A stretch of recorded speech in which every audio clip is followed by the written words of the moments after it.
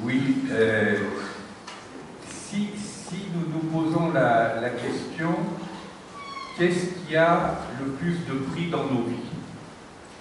Évidemment, on va être amené à avoir des réponses qui, selon toute probabilité, vont faire intervenir quantité d'autres éléments que des éléments de nature économique et de nature monétaire. De la même façon, Julie fait référence au rapport Reconsidérer la richesse que j'avais remis sous le gouvernement Jospin à l'époque où il existait un secrétariat d'État à l'économie solidaire. Et dans les réunions publiques que j'ai organisées à l'occasion du débat sur ce rapport, souvent je proposais comme question d'entrée, justement sur la richesse, qu'est-ce qui compte le plus dans nos vies? On prenait un temps d'abord personnel, puis un temps d'échange avec ses voisins, et puis on rassemblait les mots-clés qui sortaient de cet échange. La plupart du temps, on avait de l'amour, de l'émancipation, de la beauté, de l'éducation, etc. Presque jamais l'argent n'apparaissait, ou alors c'était quelqu'un qui disait oui, il en faut quand même, mais évidemment uniquement comme un moyen, presque en s'excusant. Et ensuite, quand on avait tous ces mots-clés, on proposait comme question, imaginons maintenant que cette question, qu'est-ce qui compte le plus pour vous? Donc c'est la même que qu'est-ce qui a le plus de prix dans nos vies, que nous soyons obligés de l'exprimer exclusivement dans un langage monétaire. Qu'est-ce qui se passe? À ce moment-là, il y a un grand blanc dans l'Assemblée parce que la plupart des personnes disent on ne peut plus rien dire, puisque l'essentiel de ce qu'on a exprimé par des mots-clés ne s'exprime pas en termes monétaires, et si on nous oblige à toute force à l'exprimer en termes monétaires, on va avoir des résultats curieux, parce que si vous voulez exprimer à toute force les rapports amoureux en termes monétaires, vous n'êtes pas loin de la prostitution. Si vous voulez à tout prix exprimer le politique en termes monétaires, vous n'êtes pas loin de la corruption, etc. etc. Donc, se poser la question du prix en amont de l'entrée proprement économique, qui est évidemment légitime, mais c'est la poser dans ce cadre général, parce qu'à ce moment-là, on comprend bien que la question du prix, comme la question de la richesse, comme la question de la valeur, c'est une forme de dialogue interculturel. Parce que tout de suite, ce qui compte le plus pour nous renvoie à la question en quoi ce qui compte le plus pour l'autre est recevable pour moi, ou est-ce que je me sens menacé par ce qui compte le plus pour l'autre? C'est y compris la question du sacré, au sens de ça compte tellement pour moi que mon identité personnelle, l'identité de mon groupe, etc., pourrait être menacée si c'était une idée a fortiori combattue.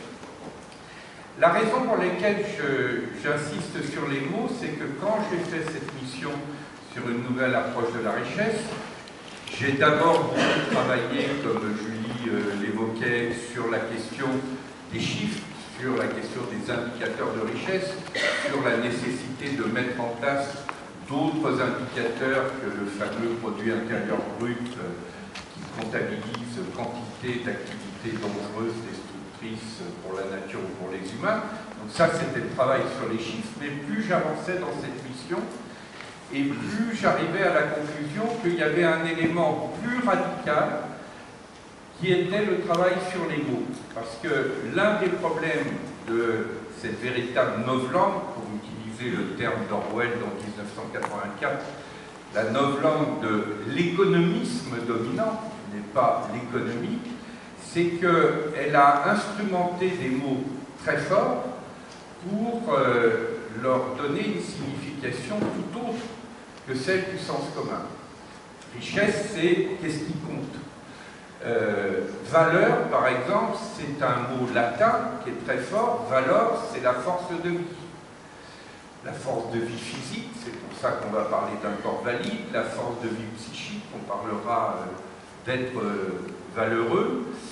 Et évidemment, si vous réduisez la valeur à son expression monétaire, au value for money, eh bien, toutes les activités humaines qui sont caractérisées par une création, une démultiplication, une transmission de force de vie, donc de valeur au sens fort et étymologique du terme, vont devenir invisibles.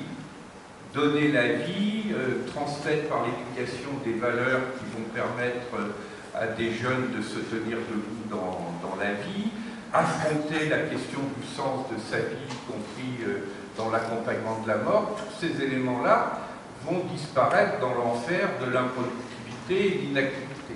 Donc vous allez avoir une vision incroyablement réductrice de la valeur, et si après vous dites seules les entreprises créent de la valeur, et pour rajouter une couche supplémentaire, si vous dites le but d'une entreprise c'est de la création de valeur pour ses actionnaires, vous vous rendez compte du formidable renversement des éléments qui en résultent. Donc non seulement c'est réducteur, mais en plus c'est carrément mensonger, puisque dans les valeurs exprimées monétairement, vous allez avoir quantité d'activités qui sont destructrices de valeur au sens de force de vie.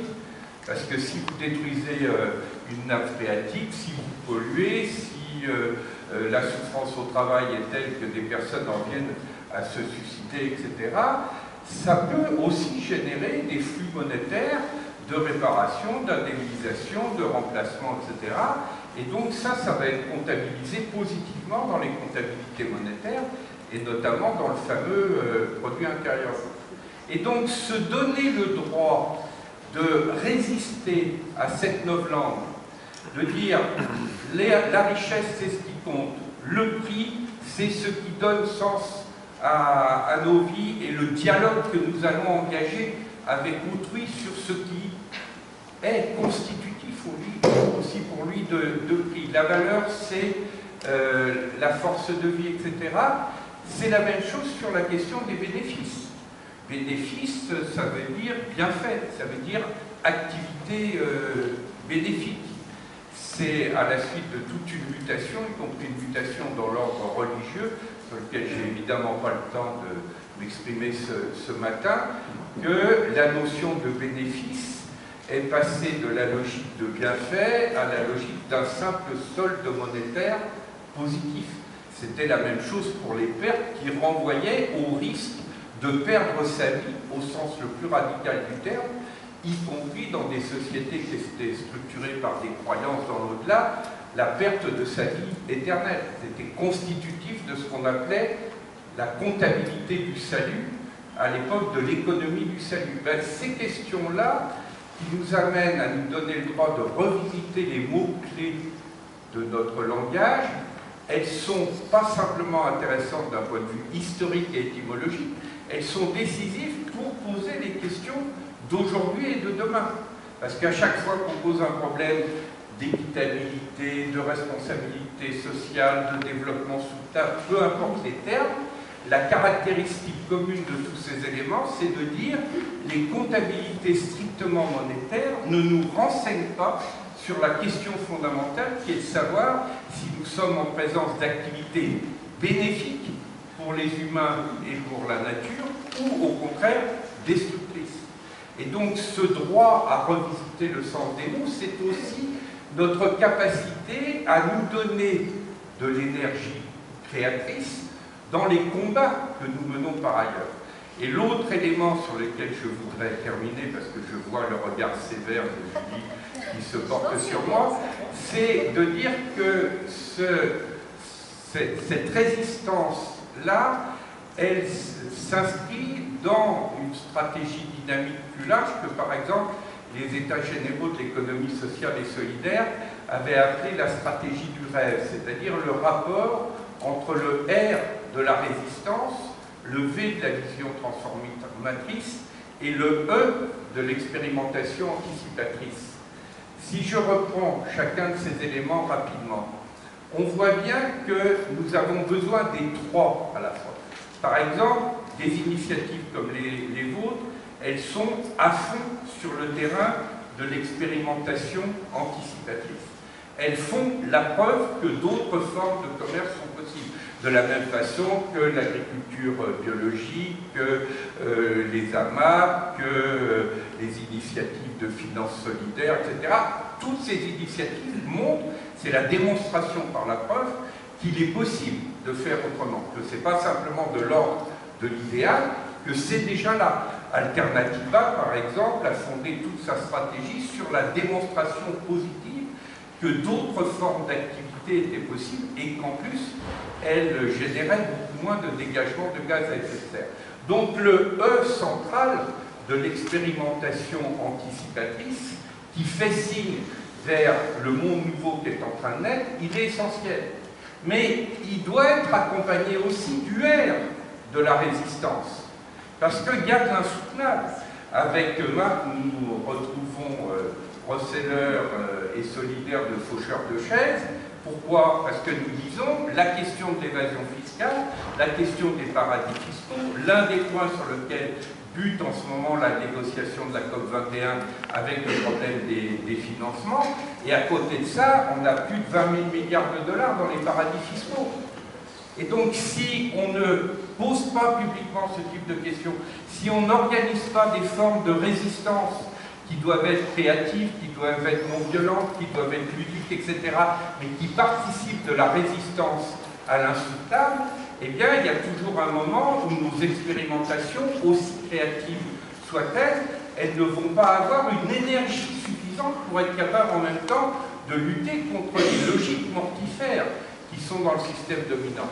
Et puis le troisième élément, c'est effectivement le V de la vision transformatrice qui permet de débloquer l'imaginaire, qui permet face à la pensée d'Ina, le fameux There is no alternative, de dire si il est tout à fait possible d'imaginer d'autres voies, d'autres mondes possibles.